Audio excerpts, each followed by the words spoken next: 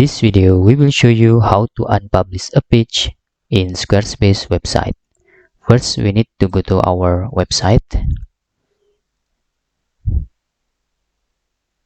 and we can go to page menu.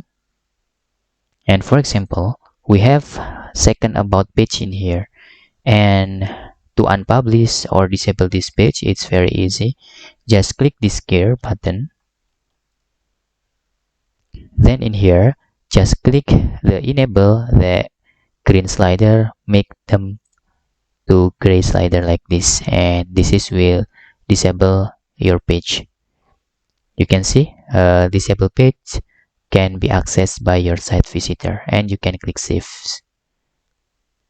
and your second page will save as a draft if in another website like WordPress.